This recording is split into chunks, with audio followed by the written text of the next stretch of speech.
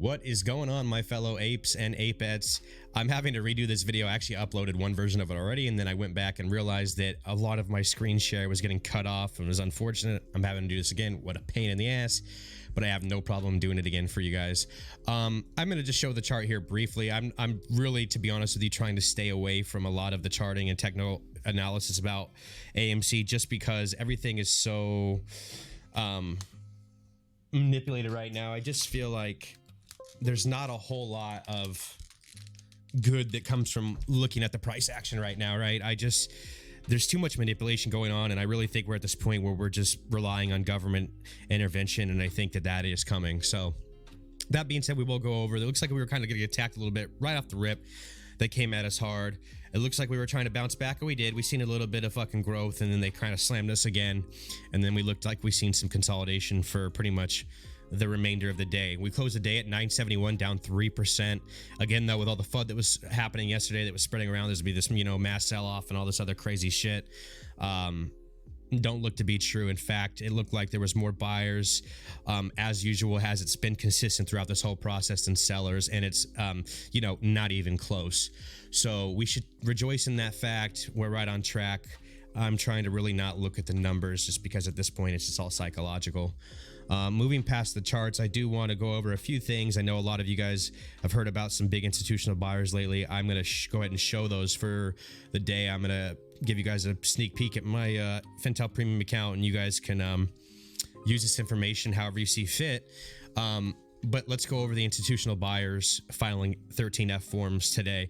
Now, I got to preface this. A 13F filing does not mean that they purchased the shares today. It could have been purchased yesterday. It could have been purchased fucking last Monday. Could have been purchased 2 months ago. It's just letting the governance that be know that you're securing your position, right? So understand that. But with that being said, we can take a look at what we're looking. So let's go ahead and take a look at the buyers today. So we had one big one that I really want to address. First, the little guys all deserve credit, right? New entry is a new entry, and I'm happy about that. But manufacturers life insurance today came in today and added over 150,000 shares to the position. They started at 49,000, ended with 206,000, 316% gain on their position, right? Not gain, but increase. I don't know why I said gain. The value of that is $2.1+ million. That's big new money flowing into the stock. And why this is important, and why this one in particular kind of gets me a little bit juicy and wet in the panties, is because manufacturers life insurance company, their life insurance company, what do? They mitigate risk. They try and make a plan so your family has a future should an unfortunate event happen, right? They're not known for taking risks. So a company like them, for them to go into a stock like AMC, which, to the media, to anybody that's not us, that doesn't know the facts, doesn't know the numbers, that could be a risky play. So the fact that they're doing this, I think, is showing a lot of great sentiment of like where their head at, and we're like, and showing us that we're not that far off. So I'm happy about that. That's the biggest one that I did see for today outside of Hussman Strategic Advisors. They came through with a smooth 51,000. And that is, nothing to turn our nose up at either, right? Like, that's a big number. Super, super happy about that. So that's today's, 257,000 shares that were added or secured in institutional positions. That's a big, big gain for us. I tweeted about this on 4:30. Okay, so I have a tweet. I didn't do a video about this one, but I have a Twitter up, and you can see these numbers as well. But Creative Planning came through with some heavy hitters on Friday too. They started their position at 32,000. After they filed this most recent 13F update, 245,000 on their position, 660%. That is crazy, right? 2.5+ million added to their position. So, well, it's not added, actually. That 2.5 is the total value. But that's just showing, again, institutional buyers are coming in and they're betting big time. You know what I mean? They're putting their money where their mouth is. Creative Planning, whereas this, they even bought 1,400 call options today too. I forgot about that. Another big buy. Buckingham Strategic Wealth, 11,000. So that's all good stuff. I hope that you guys get excited about that. It definitely gets me excited. Moving on, we can go and talk about the short interest, some of the short interest numbers here. I'll show you guys a short squeeze score. This is 79 right now. We're sitting at a 79. I've seen it bounce from 70 to 91.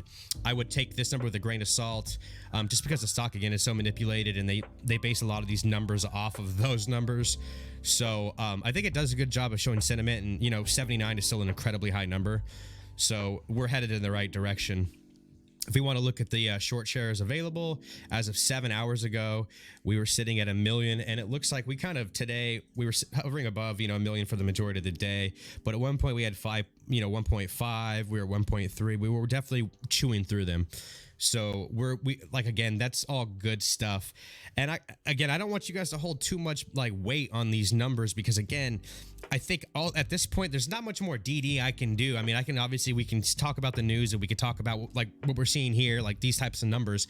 But really what we're looking for is government intervention, which is what's going to happen, you know? Like that's what all this is gearing up for. And I'll even kind of tie that all together towards the end of the video.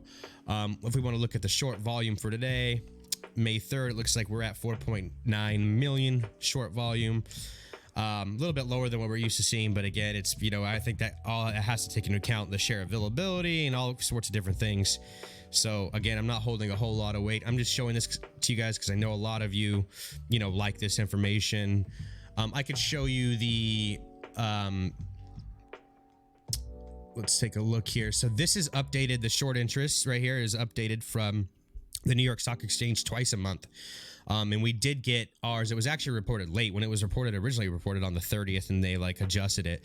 But our first report for the month of April, we were sitting at a short interest of 93, almost 94 million. 32% of the float is short. So, and that's what I believe, and I'm sure a lot of others believe this to be severely underreported.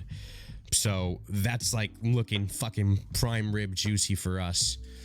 And that's about it for the Fintel data. And we'll move forward.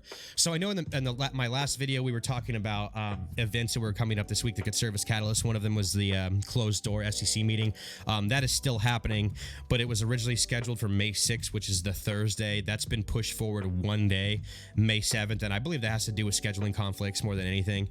So I wouldn't worry too much about that. But just so you guys are aware, if you were expecting to come home from work or something on, you know, the 6th, ready to, you know, see if anything came out of this, you're not going to get that until Friday.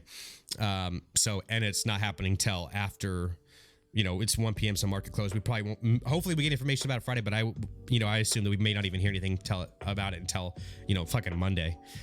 So be aware of that.